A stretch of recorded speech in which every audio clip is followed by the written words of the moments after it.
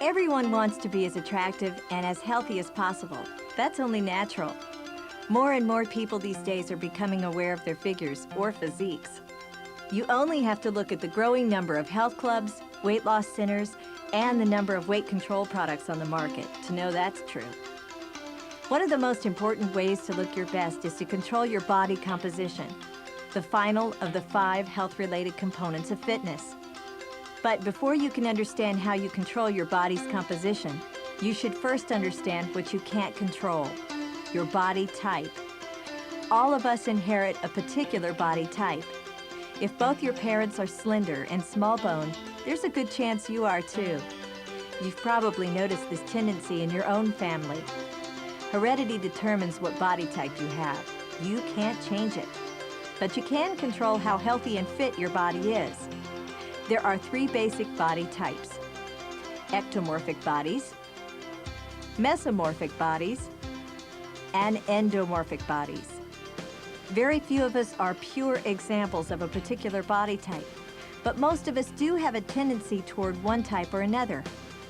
If you are born with a tendency toward the body type known as endomorph, staying lean will be more difficult for you. You'll have to work harder at it. There's a great deal of emphasis on weight control these days, but weight control isn't the whole story. What matters more is your body composition. That is, how much of your body is lean body mass, bone, muscle, and the like, and how much is body fat. The typical height and weight charts can be misleading. They can't take into account how much of your body weight is made up of lean body mass and how much is body fat. It's possible to be overweight, according to the charts, but to actually be very fit, with lots of dense muscle tissue that adds weight but doesn't make you fat. On the other hand, you can be just right, according to the charts, and still be carrying around far too much body fat. That's the difference between overweight and obese. If you exceed your desirable weight according to the height and weight charts, you are considered overweight. But if you have an excessive amount of body fat, you are considered obese. You can be obese without being overweight. Your ideal weight isn't determined by a chart alone. Your ideal weight is how much you would weigh if you had the right percentage of body fat. It is the healthiest weight for your body. Weight control is one of today's major health problems. Surveys have found that young people today are fatter than they've been at any time in the past 30 years. Part of the reason is today's higher standard of living and less physical activity. But part of the problem is just not knowing about or being frustrated about personal fitness and weight control. Obviously, excess body fat is unattractive. You don't look good, and you don't feel good about the way you look. But excess body fat is also dangerous to your health. It places an excess burden on many of your body's vital organs, especially the heart. Even more important, what you do about your weight right now during adolescence will have a big impact on your weight for the rest of your life. That's because when adolescents grow fatter, we increase both the size of fat cells and the number of fat cells in our body. Later on, as adults, we can't eliminate those fat cells. We can only try to make them smaller. The better you manage your weight, the easier it will be for you to avoid obesity later in life. Fortunately, as we discovered during our discussion of cardiovascular fitness, many of the exercises that build a strong heart and lungs also can help you control your weight. But exercise alone usually isn't an effective program. As we discussed in the last chapter, a calorie is not an arbitrary figure given to food. A calorie is actually a measurement of the energy used by your body. Everything your body does burns up calories, some activities much more than others. And the food you eat provides more energy, more calories, to replace that which you use up. The key to weight control, then, is to control both the calories you take in and the calories you use. By becoming more active, you use more calories. And if you control your calorie intake at the same time, you'll gradually lose body weight. If you need to gain weight, you must take in more calories than you use. Once you've achieved your personal ideal weight, you maintain your weight by keeping a balance between caloric intake and caloric output. In the course of doing this, don't forget what we've learned about nutrition. You cannot manage your weight effectively if your body isn't getting the right blend of nutrients it needs to stay healthy. That means a balanced diet from all 4 food groups. How these foods are prepared has an impact on the number of calories you take in. By eating smart, you can enjoy food that is appetizing without extra calories. Simple steps such as eating baked foods instead of fried, or eating more slowly, or even just drinking a glass of water before you eat can help you manage your weight more effectively. The key is to follow what's known as the long haul approach. You shouldn't try to lose more than a pound or 2 a week. Fad diets and starvation diets only cause your weight to drop and go up again. As in all other fitness components, the key is to be patient and be persistent. Above all, don't let yourself become obsessed with the fear of being overweight. Eating disorders such as anorexia nervosa and bulimia are serious health problems that have long-term and even fatal consequences. You may not be able to control what body type you inherited, but you can control what shape that body is in. By controlling your caloric intake with a well-balanced, nutritious diet, and controlling your caloric output through a well-rounded fitness program. You'll look better, feel better, and you'll have a real reason to be proud of what you've accomplished.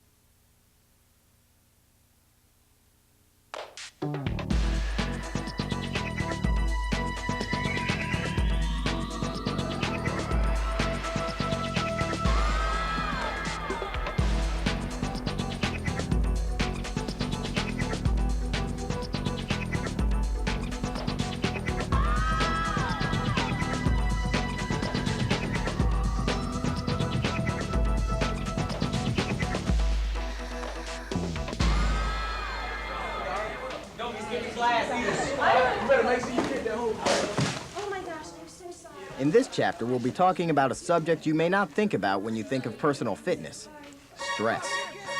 Stress and how you react to it can have a major impact on your overall health. It can affect your physical fitness and, what's just as important, your fitness affects your ability to handle language stress. arts. How could you get a D in language arts? That's reading. The word stress is often misunderstood. Stress is a general term we use to describe the way your body responds to any demand that's made on it. Most of us think of stress as an unpleasant experience. When bad things happen, when you're upset or worried about something, that's stress. But there are actually 2 types of stress: positive and negative. When good things happen to you, when you're excited and eager about something, that's also stress. Mr. Freeman gave me a solo. A solo? You got a solo? That's so great. I'm so excited for you. I don't like solos. I get too nervous when I get up there. I'd kill to have a solo. A situation that's exciting and positive to one person can be worrisome and negative for another. It depends on the individual. Likewise, regardless of whether stress is positive or negative, how you react to it is also an individual matter. The degree of stress also varies from one individual to another. Term paper due in 2 weeks. It's only one party we'll miss. No 2 people respond the same way to a situation. That term paper all weekend. What an idiot. Second time. What causes stress? Nearly every situation can be a stressor. That is, a situation that produces stress, either good or bad. Obviously, though, there are some situations that cause greater degrees of stress. Each of us faces many potential sources of stress every day. A list of the most common causes of stress would include family relationships, schoolwork, peer groups, discrimination, injury, sickness, and fatigue.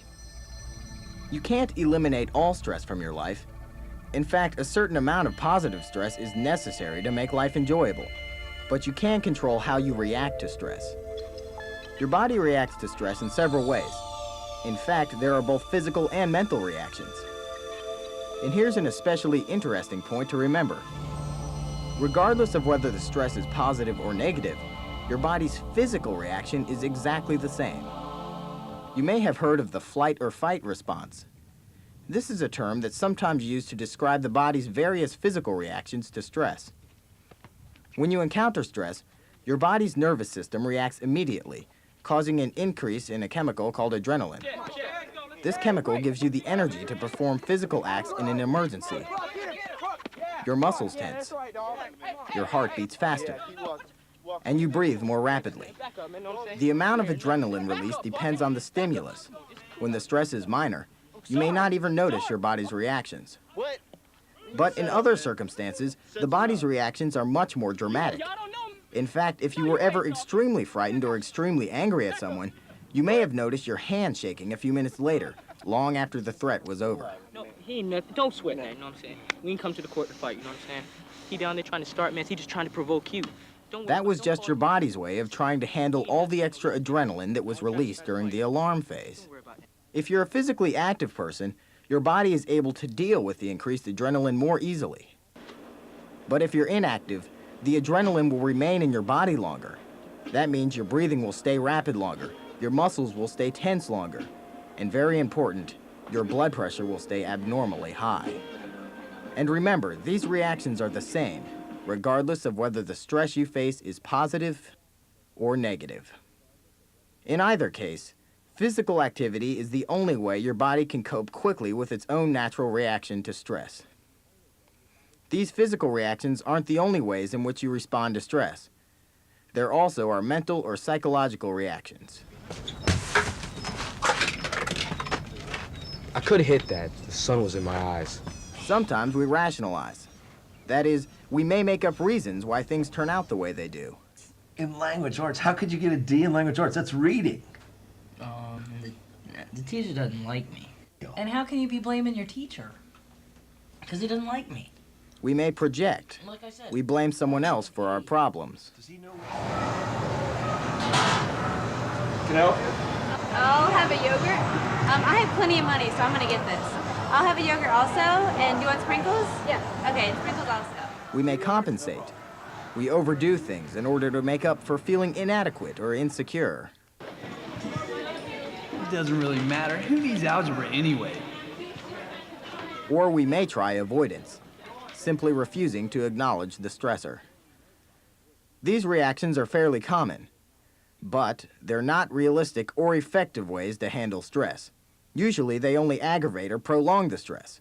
So how should we handle stress? The key is to develop a stress management program.